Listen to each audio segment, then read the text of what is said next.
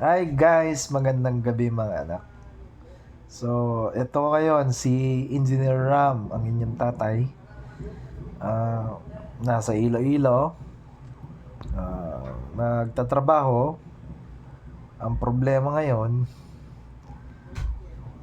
kung paano magda-diet.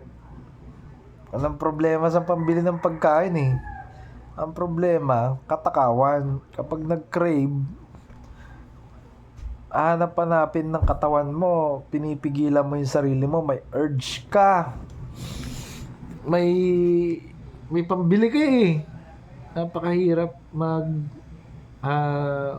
pigil ng sarili. Alam mong may pera ka, bibili ka ng food, fast food, junk food, kakainin.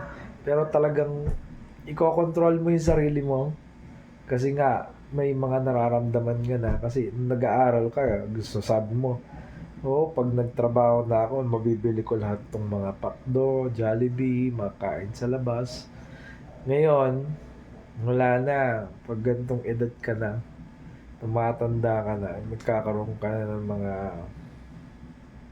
ganun, bawal, uric, UTI, kung ano-ano pa, high blood, hypertension.